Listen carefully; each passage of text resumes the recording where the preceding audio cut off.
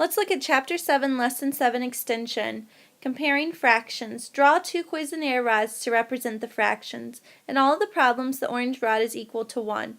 You can use Cuisenaire rods if you need help. So let's look at number 1. I need to find 1/5, and they already have one set of Cuisenaire rods drawn for you. So let's look at that orange rod is going to equal 1. If the orange rod equals 1 whole, then the rods above it are just going to be fractions of that 1 whole. Now if you look at this, our 1 is also equal to 10. So I can do 10 divided by 5, and I get 2. And looking at that, I have 2 W's right here. Now also 2 W's is equal to 1 R, so draw your shape and put your R inside. Let's look at number 2, which is 2/4. We're actually going to reduce 2/4 down.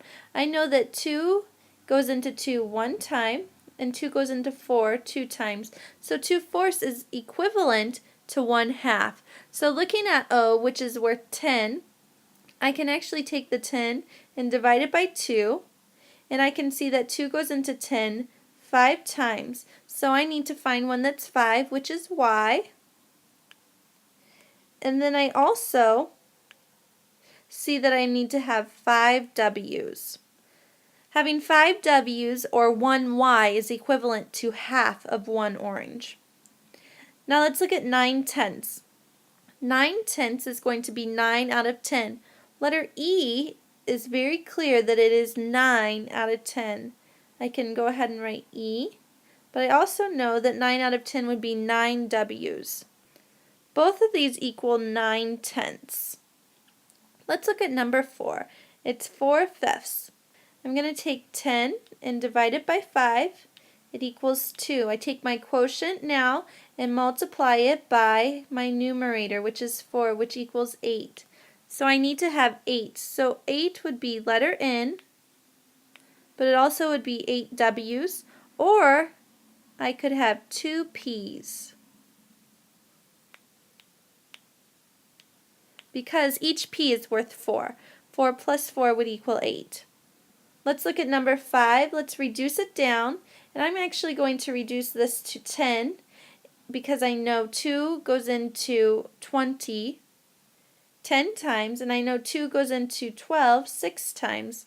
I know that it'll reduce down more, but I think this is easy to work with because I have 6/10. I'm looking for a fraction bar that equals 6. If I go back up to the top, letter D equals 6, or I could do 2 G's. Both a D or 2 G's would equal 6/10. Let's go ahead and look at number 6. Now, when you have fractions over each other that have zeros on the end, if they're on the end, you can cross off the zeros. So I have 2/5 now. So I know that 2/5 is actually equal to 10 over 4. So I have 4/10. This is easier because remember I'm relating it back to the tens, which is what our O is based on. So I'm looking for an object that has 4 out of 10. If I look up here, I have P that has 4 out of 10, or I could do 2 R's. Either 1 P would be 4 out of 10 or 2 R's would be 4 out of 10. There's other ways that you could do this. You could have 4 W's, or you could have 1 W in 1 G, because a G is worth 3 plus 1 W would be 4, so 4 out of 10. Remember to show your work, whether you're dividing or using pictures to help you understand this method.